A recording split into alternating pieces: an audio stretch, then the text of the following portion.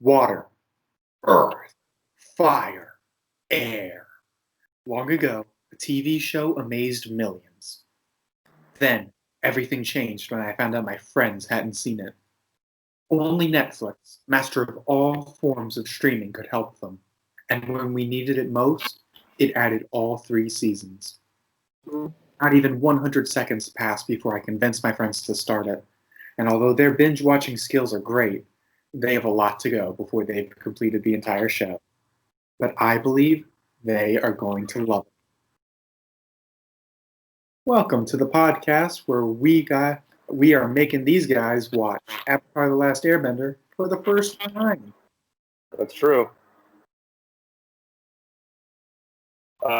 Who the gosh darn heck are we? I'm Daniel Hudson. I'm Nora Jones. And I'm me. You're the I'm birthday boy. That's right. Yeah. Yeah, it's on the day of. I get really awkward on my.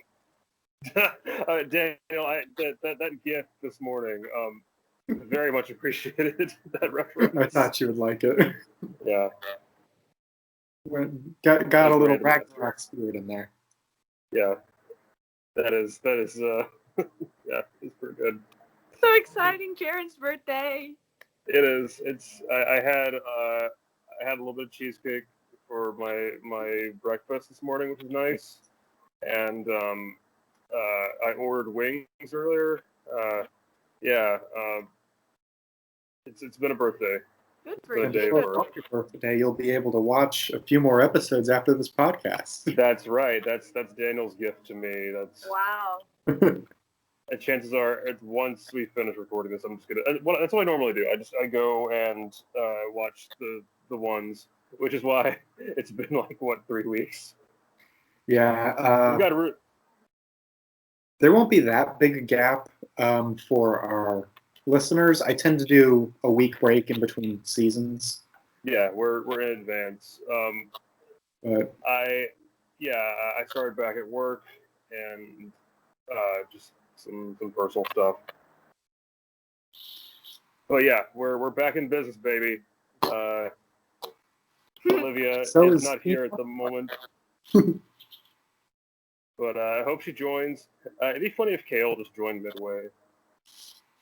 it would be hilarious if, because I sent that text to Olivia saying, "Hey, you can jump in if we've already started." But if Kale jumps in instead, and we all assume she's Olivia off the bat, we're like, "Oh, Olivia, you're here." Ooh. No. Oops. Yes, that's big news. Jaren's birthday's today. Yep, I'm an old bagel. Yep, he turned 754 today. Ira's Sure got is how it feels. Yeah, it's pretty crazy. Heck, Avatar 2's got nothing on him. I'm a senior now. Oh my gosh, I'm a senior now since my last Yay, and I feel like a senior citizen. Oh. It's all, yeah. Everyone here is a senior. The geriatric. Yeah, we're the retirement home now. Yeah. Anyway, let's go. Let's get started. Let's go. So yeah, we have the first 4 episodes of Book 3, Fire. That's right. We're in the final season. Things are getting quite serious after the epic events of the finale. Well, Zuko according to Nora, they weren't that epic. Listen, if I didn't know it was the finale, I feel like it wasn't epic enough. I know he died and all or whatever, but I didn't realize that. I was just like, oh, he has plot armor. He's fine. He's fine. Jet died. Jet didn't make it out alive. That was way more tragic than what happened to Aang. Sorry. Aang died for like a solid couple of minutes. He has plot armor. He does. He's fine. I mean, really, one of the few shows where the main character doesn't have plot armor It's like Doctor Who. Like, the Doctor changes every few years, so the Doctor can die every few years and just pop right back up into her face. Yeah. So that's that's not plot armor in a sense. I mean, yeah. Aang was Aang-okay. He was also a little angstay in our first episode, The Awakening. Oh, the I don't even know what to describe his haircut as. Well, it's It's not not even a haircut; it's hair growth. Oh yeah. I mean, his haircut is bald, Aang. I have hair? It's a good look. I actually kind of like it on him. I kind of hope he keeps it. Actually, I don't like that the arrow is covered by a brown shrub. It's not. it does look kind of shrubby. It's not my favorite. I love that his hair. I believe from what I'm seeing, it looks curly, but that might just be me. It looks like a little afro going on. A little It's bit. possible that it's curly. Right now, I think it is too short to tell. Yeah, it's just kind of. It's like 3 weeks worth of growth after being bald. And poor little Why babe. they didn't just let Toph cut his hair? Yeah. Now, one thing I really do like is Would've that gone the well. passage of time is represented by characters like growing their hair, like Zuko. Even Sokka, like his little shaved spots in his hair, you can kind of see like growing back in. Zuko's hair. Don't. Oh my gosh! So, where do we want to start on this episode? I guess just Aang in general. Like, Yeah. he was knocked out for weeks. Our boy, I really did think he got captured by the Fire Nation at first. That was a good fake out. Yeah, it was. Usually you can sniff that sort of thing out from a mile away, but I was actually impressed with what they did there. Yeah, but it is. Poor little thing. He was so confused. He didn't know what was happening. He needed help. Yeah, and he could barely walk. Like, he was relying on the staff a good deal. Yet he could still airbend. I mean, Yeah, but he couldn't even knock over the Duke. yeah, but Oh, the Duke. he tried. The Duke and Pipsqueak are back. Yeah. I picked them up. So, Their yeah, main contribution to the episode is throwing tarp over Appa, but I mean, hey, according to Nora, that's probably like, the most important job of all. That is the most important job of all. Are you kidding me? Everyone in this show should be animated and created to care for Appa. And the show has fallen short on that concept. And Hashtag save Appa. I'm upset. I'm upset by it. I think Appa is safe from here on out. I hope. Don't you dare jinx it. okay, look, I don't mind telling you this. It's not really a spoiler. There's no period where Appa disappears from the show again. Excellent. Appa's safe. Wait. If I swear, if there's some tragic thing at the end and Appa has to risk his life to save Aang or something, I am never watching this show again. That's not true. I like this show a lot. But it'll be a good while before I watch it. If that happens at the end, I'm going to be so mad. I'm going to be so mad. If there's some life heroism kind of Appa thing, no. No. I refuse that. I refuse that. I'm thinking back on, the later half of the season, and I'm wondering if I have to make another apology video in the future. Part 2, my side of the story.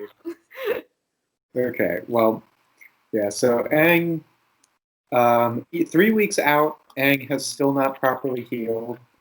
He's got a ghastly scar on his back now. Yeah, that was bad. I was rewatching it. I forgot that he had full. I don't even know how to describe it. It looked like It looks like a chunk of him got ripped out. Yeah, it was. That's kind of what happened. Yeah, they don't joke around with lightning in this show. It looks serious every time it's on screen. Well, if you think about it realistically, if someone got hit with lightning, their skin would probably be singed and would not be looking too good. I guess he got ka-chowed. Oof. Oof. I'm gonna make you sit there and think about what you just said. So yeah, turns out the gang has hooked up with the Watertrog warriors, and they stole a Fire Nation ship. Aang is not too keen about the whole pretending to be the enemy, Avatar is dead thing. I mean, wouldn't you? Yeah, like he says, the whole world thinks he failed again. That is a genuinely terrible burden for a 12-year-old to feel. Yeah. And I'm glad they're giving Aang like more character stuff outside of, oh, I'm the good guy, I have to be the good guy all the time.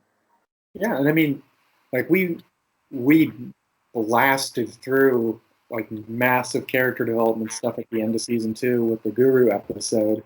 Yeah. And they're not done with him yet. I mean, we've seen him deal with like guilt and like shame. And also mourning Gyatso and the other monks. So he has a lot on his shoulders. That's a lot for a 12-year-old boy. Poor little babe. Yeah, I'm it's sorry. tough to be the Avatar. Now all I can think is Lightning McQueen, where Azula was going ka-chow and just like lightning bolting him in the back. Cruz McQueen. Friendly reminder to the viewers that it took Nora so long to get the Cruz McQueen bit. I forgot it. Wasn't it like a Star Wars thing? It was a Star Wars thing. Yeah, I still don't get it. Speaking of It's Star all Wars, right. we're technically in the Return of the Jedi stage. Yeah, we kind of are, if you think about it. All right. Well, because I feel like I compared the ending of season 2 to Empire Strikes Back. You did. They got away, but at what cost? These are such good comparisons that I completely know 1,000%. Wow. Well, like in the beginning of Return of the Jedi, they had to break Han out, and Aang was asleep for 3 weeks. So it's a little similarity there. I mean, I'm just going to say this season kicks Return of the Jedi's pants in terms of ending. Okay.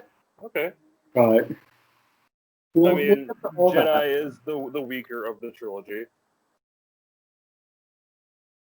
Yeah. Well, I like season 2 better than season 1. Oh, same here. And I already like season 3 better than season 2. I mean, that's a premature, but these 4 episodes, I really like season. I mean, they're really good episodes. Yeah. We're yeah.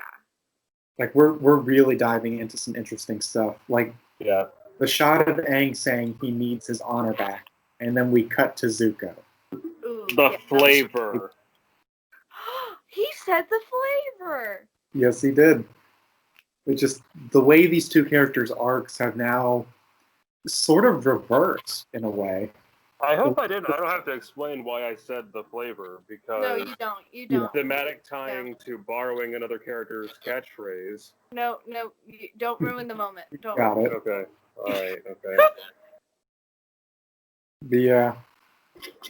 So Aang feels kind of the need to go off on his own and face the Fire Lord. I don't really know what his plan was, flying straight into enemy lines with all of his enemies.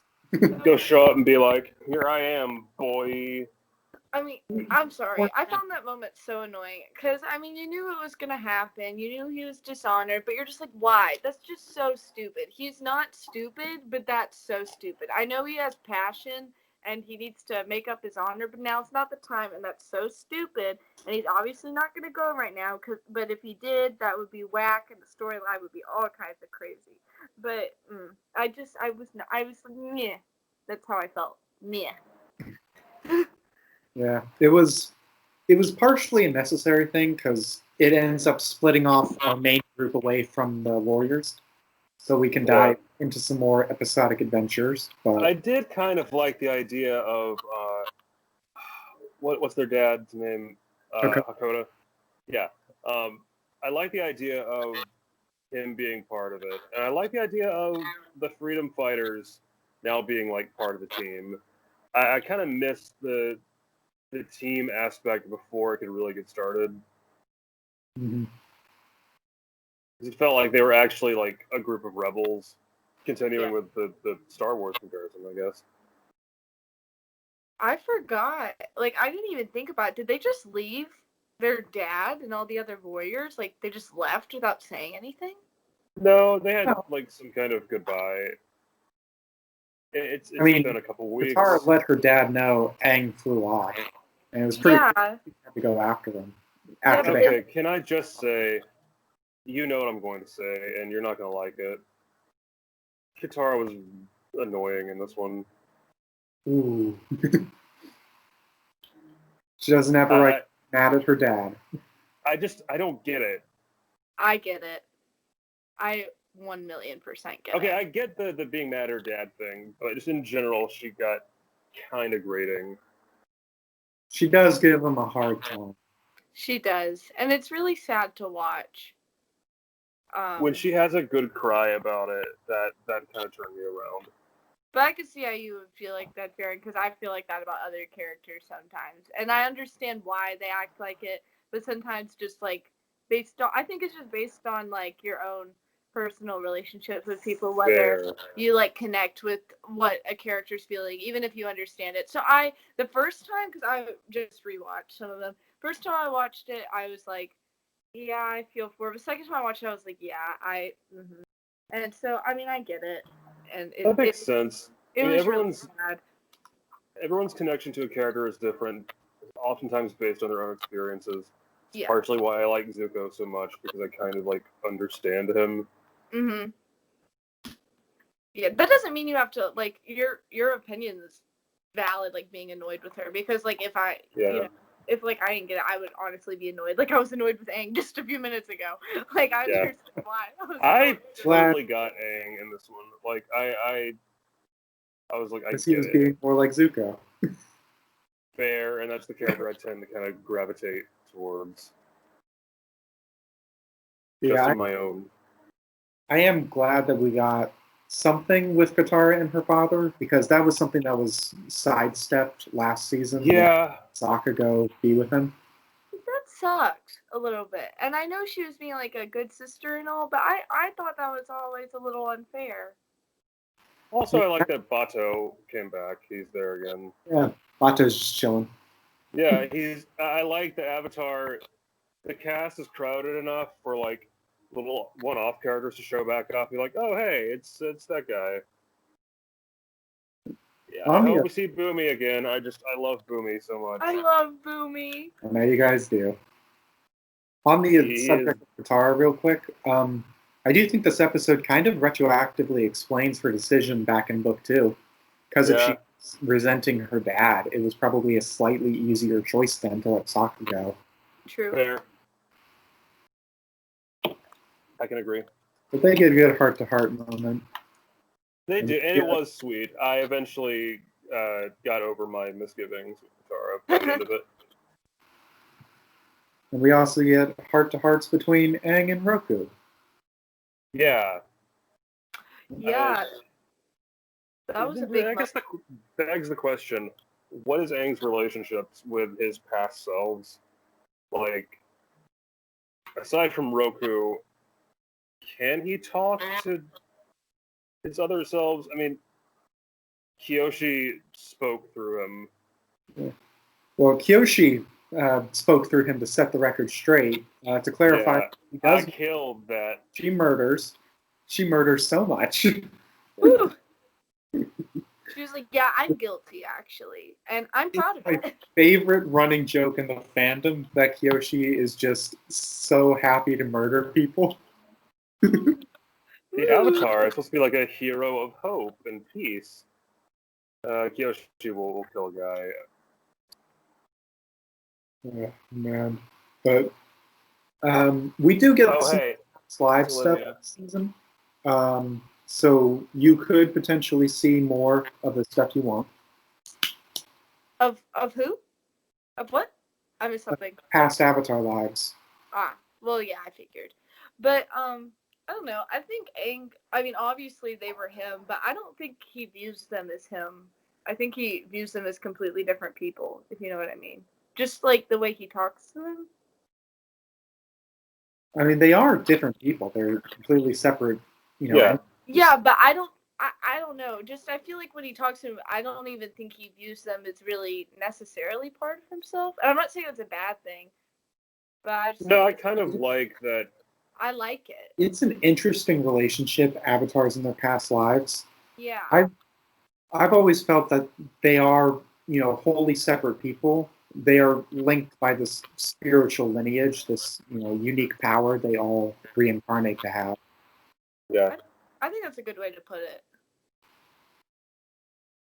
Yeah, but I think I liked that scene a lot because it shows that no avatar is perfect. They all have regrets and mistakes. Mm-hmm. Yeah. It's not just him.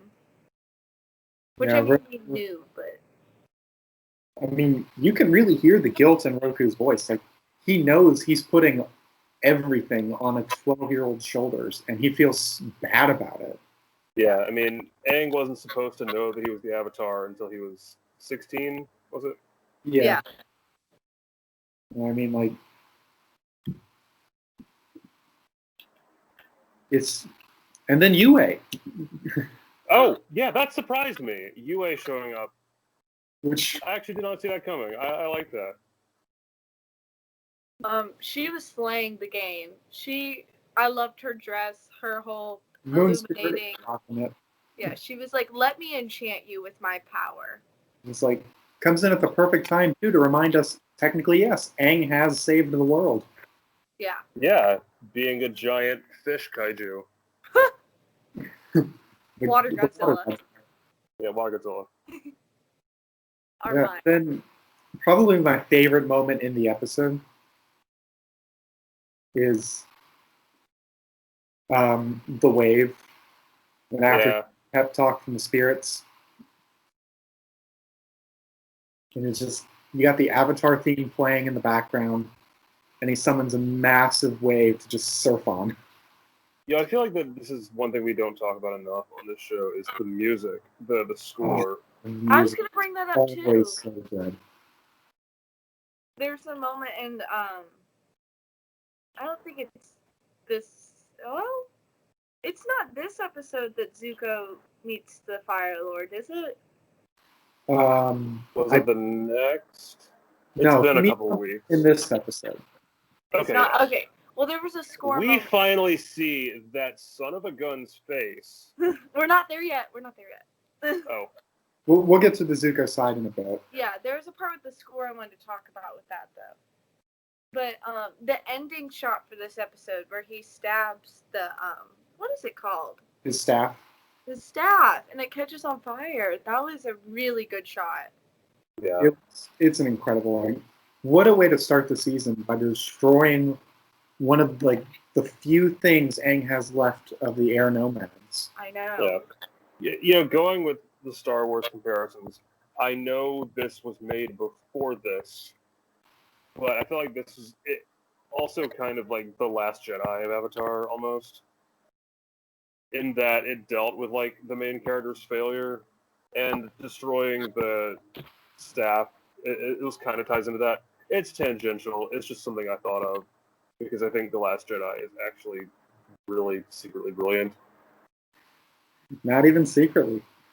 Yeah. Oh no, I meant that I secretly think it's brilliant because people will crucify me if I say that it is. Oh, like you did just now?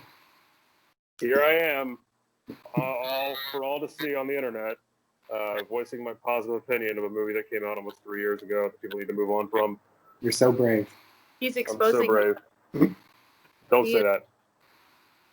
Don't say that? I am revealing my truth. It's my truth. It's my apology video. So sorry. Did not mean to offend. Yeah, I can't expose myself. I can only expose the truth and the lies of the drama All right. and the tea. All right. I'm very tired. I'm sorry. No, you're good. So, on the Zuko side of things, we've teased him a bit. So, The life boy. should be going well for Zuko. He's got a girlfriend. He's got his honor back. He's got his daddy's love. He's got credit for killing, quote unquote, the Avatar. That sucks. Everything seems wrong. Are we on the second episode now? This is still the first. Wait, so that does happen in the first episode. Yeah, Yeah. we just weren't getting to it yet. I'm sorry, Jared. Yeah. I'm It's not wearing okay. my sunglasses. I know, I am. Okay, then we're fine. Jaren's got Someone to has to wear them. Okay. Sorry. I got distracted. It's okay. I'm sorry, Jared. I should have just let you talk about it earlier then. I thought we weren't on that part. I'm sorry. Oh, it's okay. Now we can jump back into things we're discussing Zuko's character.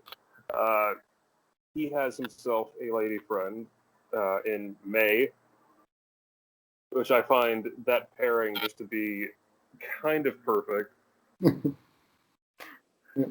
Back in the last season, there was one look May gave when Zuko was mentioned, and that's all I really needed to just be fine with this. Like, And when they were kids too, Yeah, there was the always flashback. something.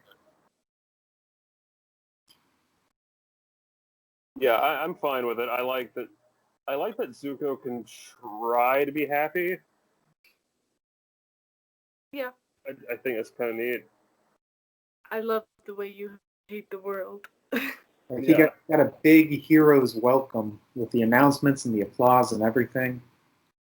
Our boy has just he's a bad boy. He's not a good boy. He's a real bad boy. Yeah, he is. Bad boy, grizzly bear boy, not teddy bear. And it was such a good choice for the show to, have him return and have him get everything he wants, and then immediately put a sword of Damocles over his head with the whole knows Aang is pretty much still alive, and Azula's using that against him. Yep.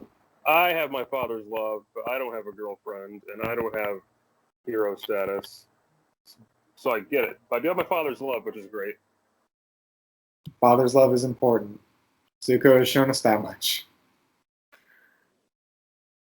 Well, yeah, he's going through it. But I'm telling you, him falling and kind of turning himself insane is the peaking point for the teddy bearness. You think so? Absolutely. I know.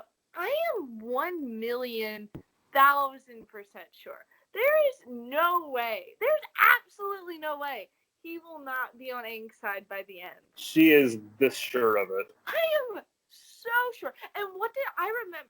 We get there later. But my other prediction was right in the beginning, and I'd forgotten about it until I watched this episode. But what did I say in the beginning? I said Sokka would become some kind of master of weapons and be like some cool weapon guy. Boom. Now. That you did correctly predict that. We'll get there in a minute. I did.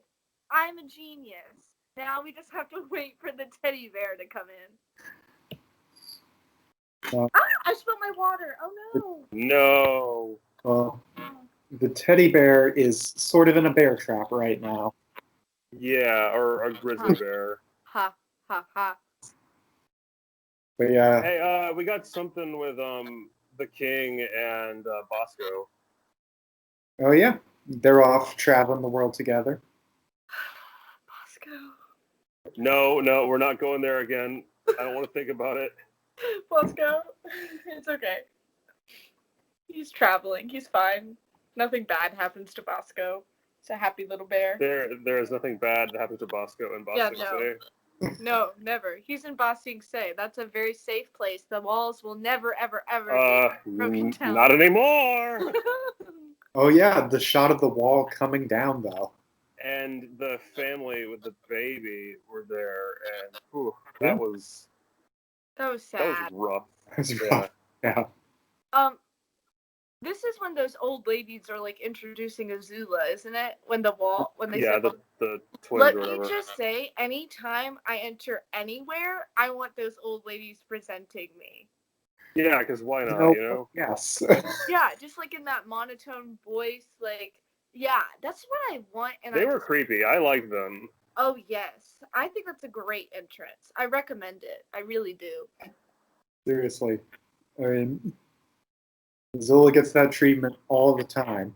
Yeah. Daniel, Or she'll kill you if she doesn't.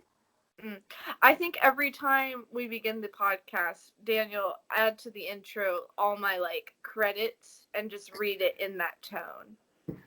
Perfect. Yeah. We'll make it happen. Make it so. Thanks. Like a card. See what I can do. Thanks. But yeah, we've also seen the Fire Lord's face now.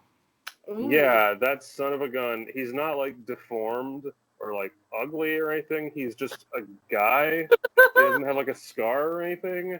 I was really thinking he's just a guy. Like, yeah, he's just like that. That's the great twist of the Fire Lord's reveal. There's no reveal. It's just so casual now.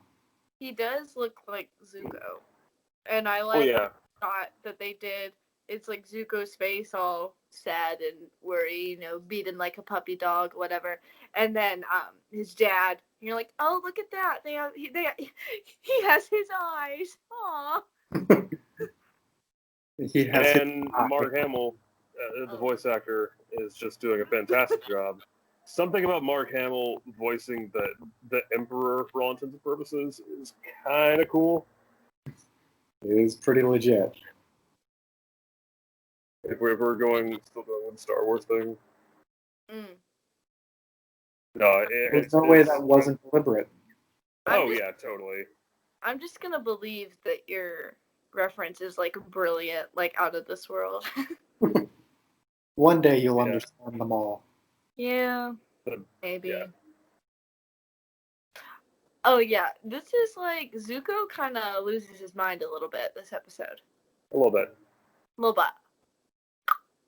I mean, he's seeing some stuff. Got Sword of Damocles right over his head. He betrayed Iroh and had him arrested. Iroh. Oh, he's in the cell. No, we can go ahead and get to the next episode where we do have some Zuko Iroh stuff. Yeah. Iroh doesn't speak in any of these episodes. I'm guessing it's... I mean, this is after Mako has passed away. Had they hired the new voice actor yet, or? Oh yeah, I mean they got the new voice actor. They're waiting to reveal. Okay. Yeah, he was in the same episode where they did that song, wasn't it? The new voice actor? For like one scene, yeah. Yeah. Yeah, they've had to use him a bit, but right now they're being very sparse with Iroh. But yeah, the next episode, the Headband. So the gang. I loved this episode. I really enjoyed this one. It was a fun. Holds a dance party in the Fire Nation. Could you guys why not? think of that? Because he should. Hello, my good Hotman. Flameo, Hotman. Aang. Too good for this world. Can we talk about the best scene in maybe this series? When Sokka and Katara are his parents in the principal's office. Kind of beautiful. That was amazing. This is Fire, Wang Fire, and this is my wife, Sapphire. Sapphire Fire, nice to meet you. Yeah, comedy. They invented comedy when this episode came out. It was unheard of. Three Stooges, Laurel and Hardy. Who are they? Exactly. So perfect. Jerry Seinfeld, never knew him. Who is he? Yeah, what's the deal with Jerry Seinfeld? Who is she? We don't know her. We don't know her. Yeah, she didn't go to school. She doesn't go to... She's not friends with... What was his name? Kuzo? That was it, right? Kuzan. I was so close. For being so bad with names, that was excellent. You were very close, yeah. Yeah, good job. That was like one letter off. even though I literally just watched it like right before this podcast. But that was good. I was Flamio Hotman. That should be the name of this episode. Flamio Hotman. Yeah. Oh man. Aang, he is so good. He is such a good protagonist.